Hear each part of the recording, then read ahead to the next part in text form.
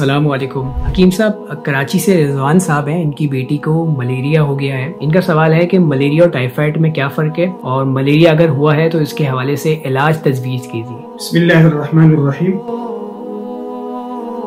सबसे पहले मलेरिया और टाइफाइड के मुतालिक इन दोनों में फ़र्क कैसे मालूम करें। देखिए, मलेरिया जो है ये अमूमन मगरिब के बाद शुरू होता है, सूरज तुलू होने तक जो है ना ये बुखार रहता है। और टाइफाइड जो होता है वो तुलूए आफ्ताब से लेके गुरूब तक ये बुखार रहता है। जैसे गुरूब आफ्ताब के बाद से बुखार कम होने शुरू हो जाता है। तो ये दोनों बुखारों में फर्क है कि यानी जैसे जैसे गुरूब का टाइम करीब होता जाता है, बुखार में कमी आनी शुरू हो जाती है। तो ये आप समझ लें कि ये है टाइफाइड। और मलेरिया जो है सुबह यानी फजर के वक्त या इशराक के टाइम पे जैसे सूरज तुलू हो जाए, बुखार जो है ना वो कम होने शुरू हो जाता है।